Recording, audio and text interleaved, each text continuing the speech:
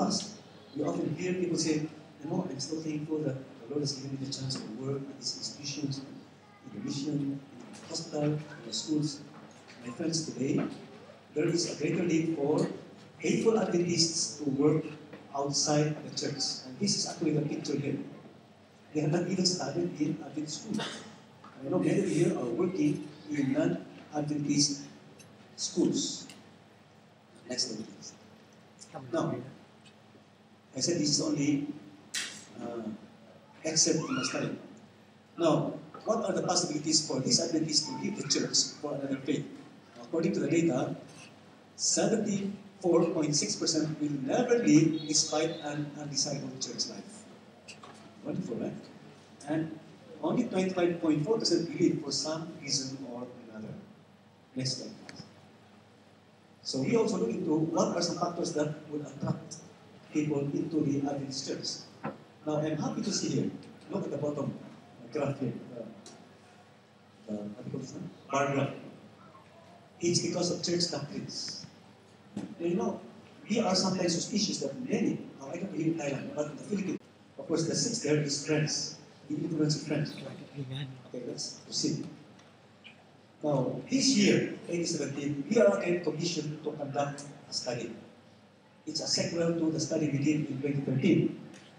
Our study is assessing how far we have reached in implementing our strategic plan. Are you aware of the World Church Strategic Plan from 2015 to 2020? It's entitled Reach the World. Let's begin with verse 4. Are you there? I will read the Bible.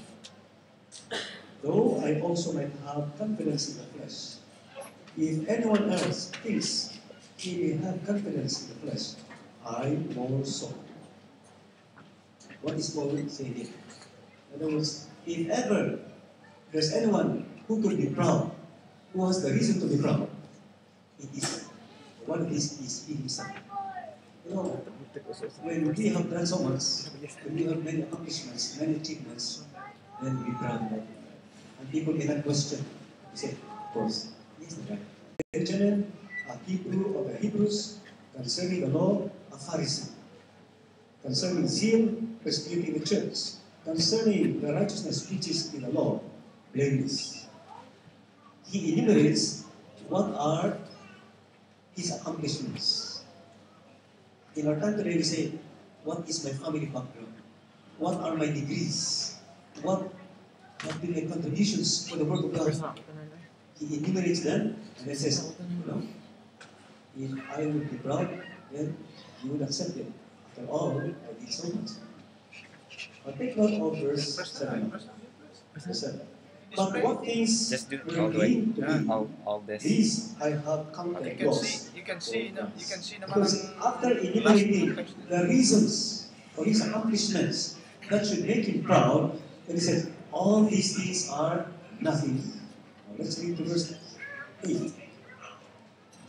Yes, indeed, I also count all things loss, the loss of all things, and count them as rubbish, that I may gain Christ. Verse 10. Verse 10. Next. What is he saying? Verse 10. That I may know him and the power of his resurrection and the fellowship of his sufferings, being conformed to his death.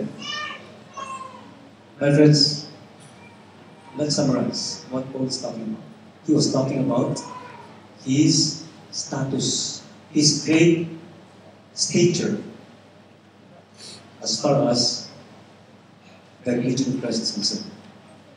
But later on, he also said, these are nothing compared to knowing Jesus Christ. He said, that I know. To him, nothing matters really more than knowing Jesus Christ. By the way, what is to know Jesus Christ? Let's understand what is the knowing Jesus Christ. And how do we know God in the first place? In John 7:3, Jesus himself said, and this is life eternal, that they might know thee, the only true God, and Jesus Christ, whom thou hast sent. In short, my friends, Knowing Jesus means what? Eternal life. And by the way, how do we know God? Let's backtrack a bit. Backtrack a bit. Because I want to introduce to you the word know here that Paul used. Right. You know, the word know Yeah. in the Greek, it's the original language of the New Testament. Scholar this morning. Scholar the first one. I more physiology than theology. But anyway, the word know that Paul used here is from the Greek word ginosko. You know what's ginosko? It is not simply knowing on the basis of theory. It is what? It is relational. It is experiential. It is progressive. That's the kind of knowing that we need to have in our relationship with Jesus. It is not enough to know about Jesus. We must know Him. I often remind my students in my class. So, you know, we students in theology have a tendency to read many books about the Bible, but not the Bible itself. They are so pressured with so many paperwork. And the same is true. I may know many things about Jesus, but not know Jesus as a person. So take note, my friends. Knowing here is what? It is, first of all, what? Relational. Oh, you know what's relational kind of knowing? I want to give you an illustration. My wife doesn't like this, but I don't know any other love story than the love story of me and my wife. And we have celebrated our 25th year anniversary by the last Thursday. Success, right? You know why I say success? Because it seems to me that today, relationships are very short. You know? In fact, when I was new in Montreal College, the first time I heard about the word mansari. What's mansari? One girl was complaining in my office. I was working at the guy's office. You know, Pastor, I was expecting for his call because it was our mansari. I said, what's mansari? I don't know, it's our anniversary. No? So I don't know if it's already in the dictionary because we are English major. In other words, to me, the implication is that's how short relationships are today. That when they reach 1 month, oh, success, mansari. Because I only know anniversary. No? And I will not be surprised, maybe a few years from now, people will talk about week sari or even days. Our sari. Anyway, when I decided to marry my wife, and we stood before two pastors in 1983, I knew her. I knew her as a nurse. I knew her that she was well-mannered. I knew her that she was willing to join me in the ministry. And I believe she also knew me. She knew something about me. I'm preparing to be a pastor. My family background is Mindanao. That's one of the Muslim tribes in the Philippines. Anita. But over the years, my friends, we came to know each other. You know, in our first, say, 5 years of marriage, it was a struggle. What we knew about each other was not what I knew about her later. And some of you know what I'm talking about. There is what we call a gap between what we know about our wives, our spouses, and what we know of him when we live with him. So some of us are surprised. What? What happened to that cool guy? You can afford to do that? You know? That's the question. You know, this kind of knowing is what relational. It is experiential. You have to experience the person. And what else? It is progressive. And that is the kind of knowing that Paul is talking about in our relationship with Jesus Christ. It's not enough to know about Jesus. We must know Him in our experience. We must know Him experientially, personally, and internally. Let's proceed. So, going back to the question. How important is knowing God? This is life eternal. Because it's not a joke. It's not a take it or leave it. We have to know Him to have eternal life. Now, how do we know God? Let me now invite you to my own experience. How do we know God? How we know that? Experience. In our personal walk and talk with Him. As we relate with Jesus Christ, He reveals Himself more clearly to us. And let me tell you this from experience. We can know God in seeing His blessings. In times of prosperity, in moments of victory, in answered prayers, in the loving and caring gestures of family and friends. We see God. See, oh, my father is so caring. We are poor, but he is a picture of God to me. My mother is so concerned. She is a picture of Jesus Christ to me. We know God through human behavior that are caring, or through the concern of our friends. What else? We know God when we look back to His past leadings in our lives. Every end of the year, I think most of us, if not all of us, are want to look back and see how it was. That's also my, as I grow older, my friends, I stopped making New Year's resolutions. Because I'm only discouraged after 2 weeks of 1 month. But what I do now, towards the end of the year or at the start of the year, I look back to how it was. And I compare years in my life. Some years were very exciting, some were wonderful, some were very, it's not good to remember. But anyway, when we look back, my friends, we see God always there. That's how we know God. What else? At times we know Him deeper in trials, in our struggles with our weaknesses, in defeats, in loneliness or in sorrows, in times of suffering, in pain, in life's deprivation. What else? In these long waiting moments when we wait for something that we ask for, but it's not there yet. So it is during these times that we know God deeper. What else? We also know God more when we individually meditate upon His Word, in our family and church worship, in witnessing to others, in communion with nature, in individual prayer, in the silence of the human soul while it begs for an answer to life's questions. There we know God. I'm inviting you to experience this. These are my experiences. I've come to know God more through this. Yes, in the silent moments. That's why, for young people especially, I'm appealing to you.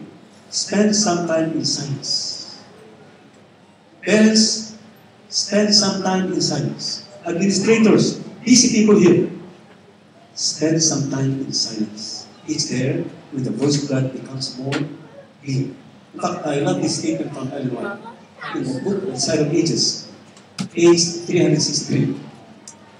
We must individually hear Him speaking to the heart. Take note of the next line.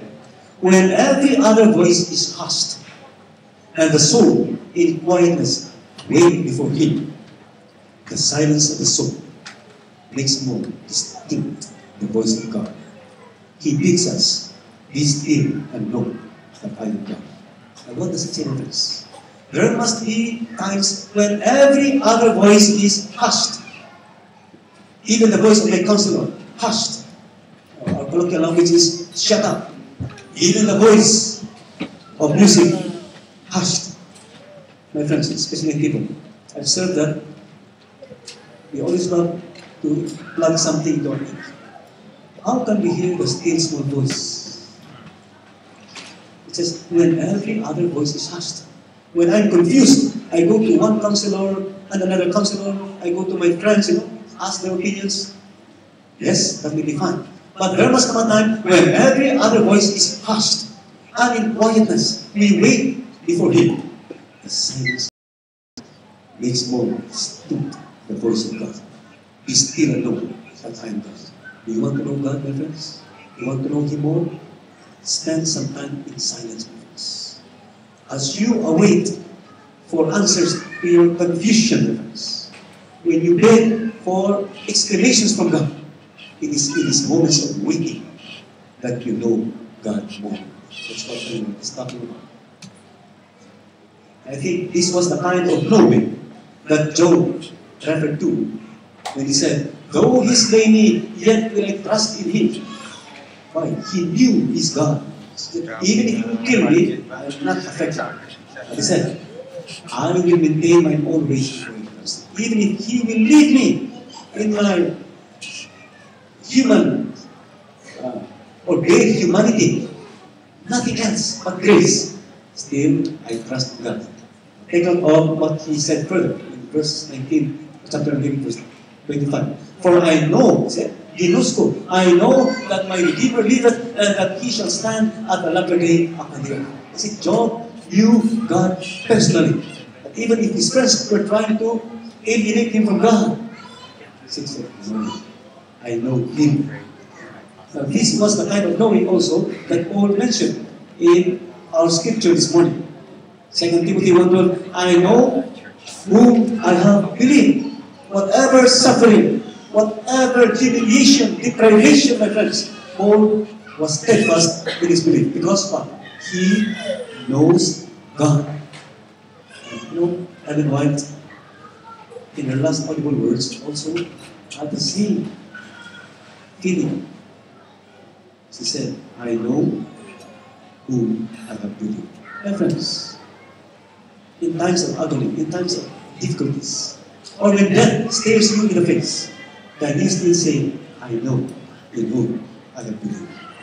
Yes, we know God, when we experience Him, when we relate with Him, and when we make it a joy to engage in His work, my friends, to study His word, to talk with Him.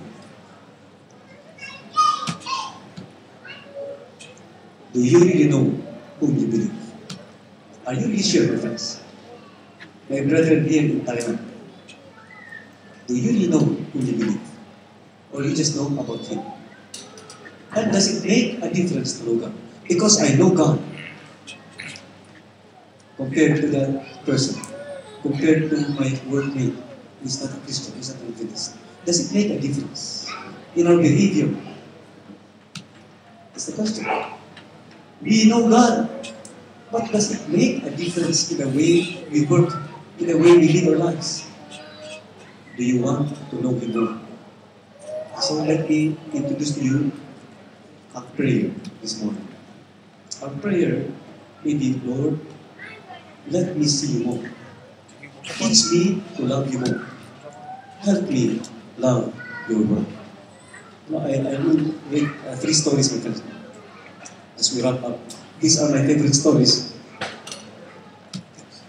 Okay, before that, Pastor Galvo asked me to mention a little about missions. There's an area of the world called the 1040 window. I don't know if you're familiar with this.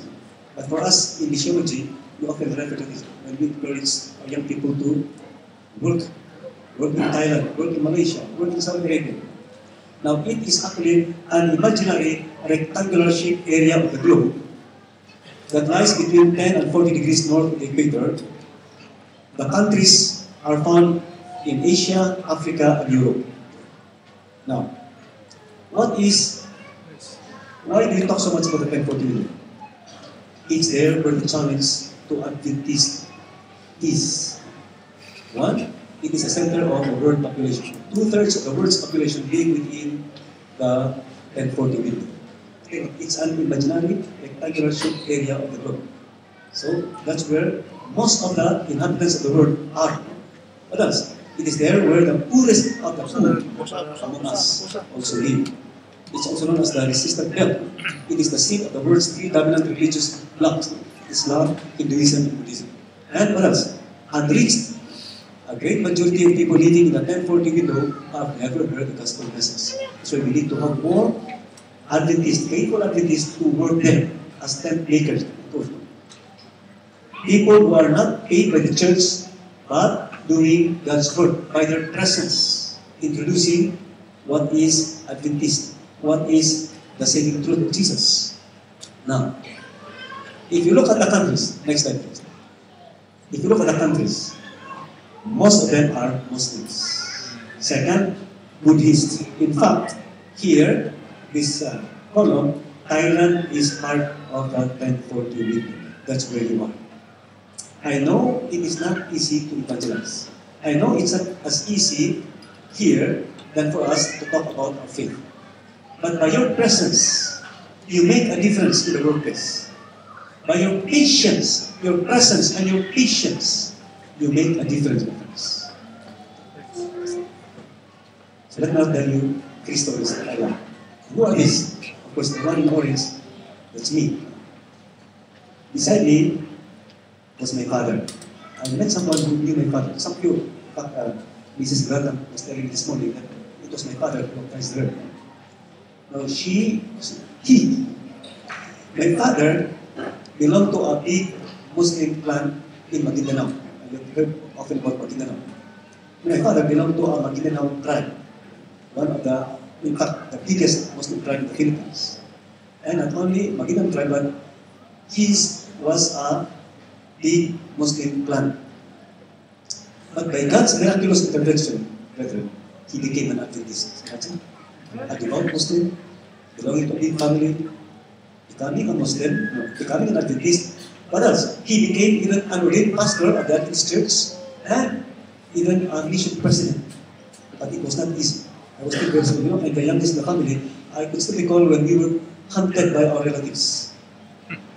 For 10 years, we were in hiding, my friends. There was one Sabbath, I remember, we came from church, and all of a sudden, our father told us, drop on the floor. I didn't understand what was happening until now. When I was told that our neighbor was having a celebration, I don't know what celebration was that. And the guests, some of the guests were the relatives of my father who were hunting him. That's what we can go. But anyway, my father became a very itinerant evangelist. He loved to preach. He loved to conduct evangelism. Even when he was already a mission president, he still conducted evangelism. Because to him, nothing more matters. He left his family. He left his inheritance. They have a wide tract of land in Maguindanao. He left it. He got nothing when he died, my friends, in 2015. Because he became an Adventist. He was ostracized. But for him, nothing matters than preaching about his faith. To him, Jesus was real. He knew Jesus. In fact, when he became a pastor already, there were even intrigues, right? Among his fellow workers. But to him, he said, I left Islam. I left my family. I left my inheritance. So that should not affect me anymore. That's my father. Somehow he was a subtle influence. I also love evangelism. Next story. You know who's this guy seated? Some of you probably don't know him. The late Elder Adil, who for more than 25 years was our union president in South Philippines. For how many years? What's important about him? For how many years he was the president? No. Life for him was not easy. He was an orphan since in elementary. He had to find means of living, and study was not important. So that it was only when he was already working as a mission treasurer that he finished his college degree. Basic college degree. BS Commerce. Now, anyway, aside from being a good investigator, he was also passionate about evangelism. One of the elderly women I met in my life told me this story. You know, when they became Adventist, her husband was so cruel, always threatening them. If you go to church, if you continue attending the church, you will be killed. And indeed, one Sabbath, my friends, her husband, anticipating that she would go to church with the small children, already drive the bull. Now, amazingly, according to this woman, I have the story better. I had her write the story.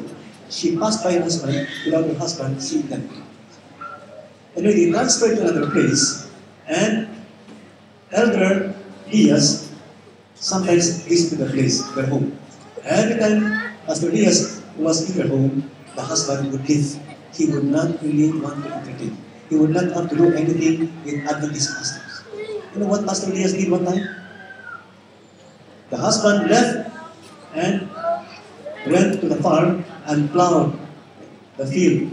What Pastor Diaz did, my friends? So that he could maintain his evangelistic stance, he followed the man with his Bible, giving Bible study. Then when the Carabao had a U-turn, he also had a U-turn. Bible study. You know, the man became an Adventist. Now what are we talking about here? Are we willing to be like fools just so we can bring people to Jesus? Just so people will know about God's religion. I now appeal to you. This may be my only time to speak to you. Maintain a soul-winning stance wherever you are. You may not be preaching like us. but by your presence there, by your patience, you make a difference. I now wrap up the story. Let's come to the first story. What's this? You know better. Titanic.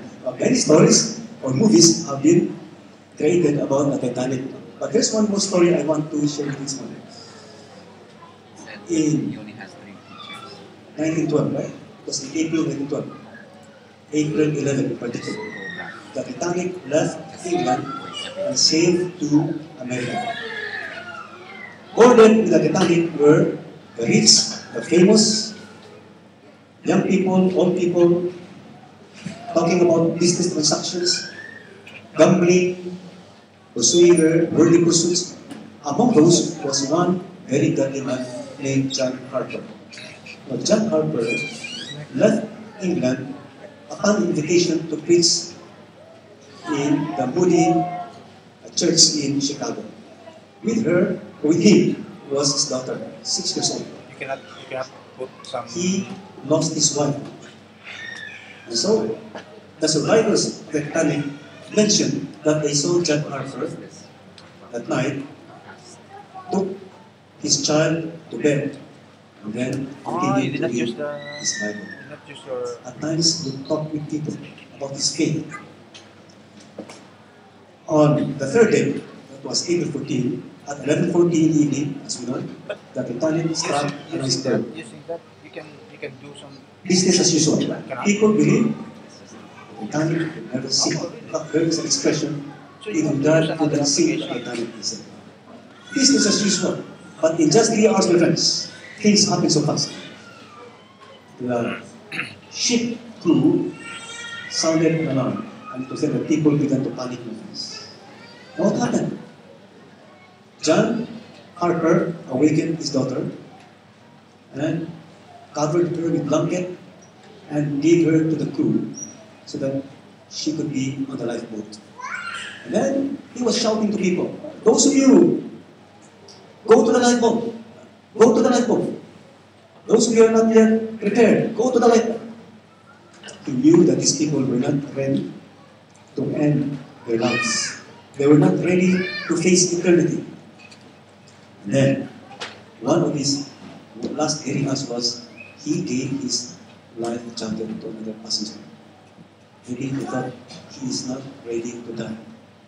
Then, when the Titanic finally struck at 2:40 in the morning, they started swimming. What application do you use? People gave this account among the survivors. They saw John Harper swimming from one person to another, asking these people, are you saved? And if they say, we don't know about being saved, if they don't even understand the terminology, he would give a short Bible study while swimming. After that, he would proceed to another swimmer, then give a Bible study. Short Bible study. That's John Harper. And then finally, he succumbed to the icy waters. He died, preaching. Now here's a testimony of one man. He said, I am a survivor of the Titanic. I was one of only 6 people out of 1,517 to be pulled from the icy waters on that dreadful night. Like hundreds around me, I found myself struggling in the cool, dark waters of the North Atlantic. The wail of the perishing was ringing in my ears when there floated by me a man who called to me, is your soul saved? Then I heard him call out to others as he and everyone around me sunk beneath the waters. And he said this, there, alone in the night, with 2 miles of water under me, I cried to Christ to save me. I am John Harper's last comfort. Yes, my friends, let me suggest a motto for this year. That's one life. Just one life. Inspire someone to know the Savior, to know His saving truth through your testimony. Someone to live closer to Jesus because you are there. That's a big accomplishment. I know you are limited when you talk about so many here. But just this, make a difference in your workplace. The place will become more spiritual because you are there. That's all. That's one life. Yes, my friends. I got this from Pastor Bartolome. He said, aspire to inspire before you expire. And that's it. We are not staying home, my friends. Aspire to inspire before you inspire. Yes, only one life will soon be past. Only what's done for Jesus and others will forever last. You want to shine in eternity, my friends? You want to have a living legacy to those you have met along life's pathway? Then talk about your faith or make a difference because of your presence there. You know, I love this old hymn because this is also a favorite of my father. In fact, he has a Maguindanao translation of this. It's an old gospel hymn, and I want us to sing this morning for our closing. It says, I would love to tell you what I think of Jesus. This is a testimony from someone who knew Jesus very well. I would love to tell you what I think of Jesus. Since I found in him a friend so strong and true, I would tell you how he changed my life completely. He did something that no other friend could do. Chorus. No one ever cared for me like Jesus. There's no other friend so kind as he. No one else could take the sin and darkness from me. Oh, how much he cared for me. Second stanza. All my life was full of sin when Jesus found me. So that's your testimony. Evangelism is basically a testimony, sharing your story, how you were rescued. All my heart was full of misery and woe. Jesus placed his strong and loving arms about me, and he led me in the way I ought to go. Third stanza. Every day he comes to me with new assurance. More and more I understand his words of love. Knowing God more, understanding God more. But I'll never know just why he came to save me. I cannot understand why he saved me.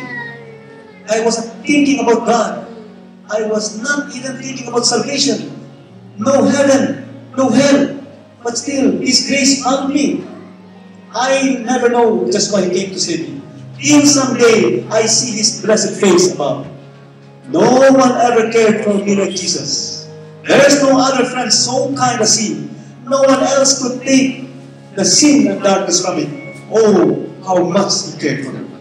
I can guarantee you, my friends, learn to love Jesus. He is always there for you. Let's all stand up for our closing song.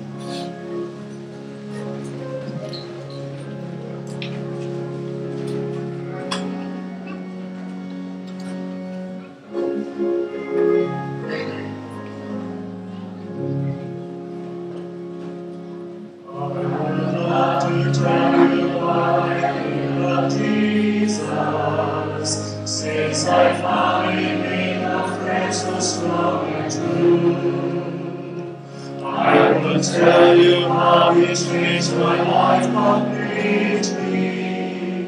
He did something that no other friend could. No one ever cared for me like Jesus.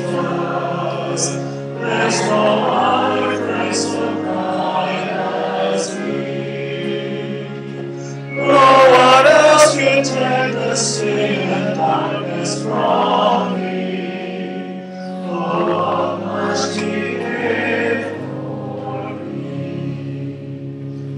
Oh, my life was full of sin when Jesus found me. Oh, my heart was full of misery and woe. Jesus placed his strong and loving arms around me, and he led me in the way I ought to go. No one ever cared for me like Jesus. There's no other friend so kind as me.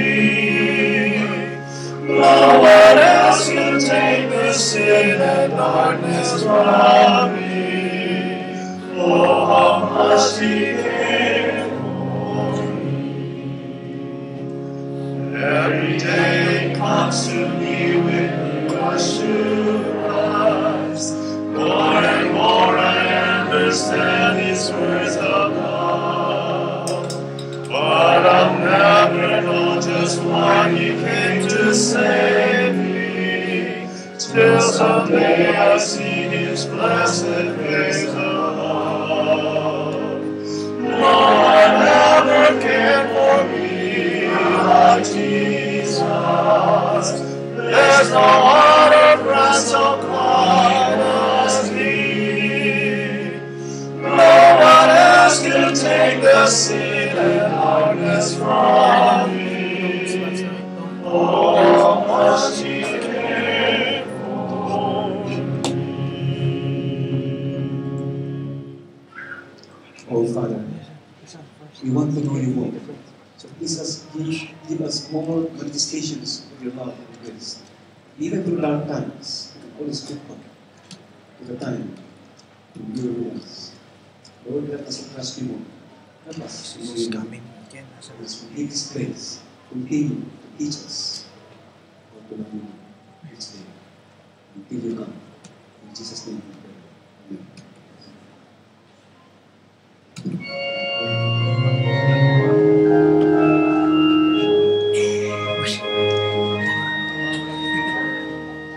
Lift up the children of the Jesus is coming again. Cheer up, you pilgrims, we die for sin. Jesus is coming again. Joy of this long land, first reading in our hearts. Great wind of I told you one about this. They don't want to listen. That's why I don't want to. Like, we have this hope that bursts in our hearts, that faith. That shut the wrong, that is not the first zero. We have this faith that like about His word, faith in the promise. So I try to arrange that.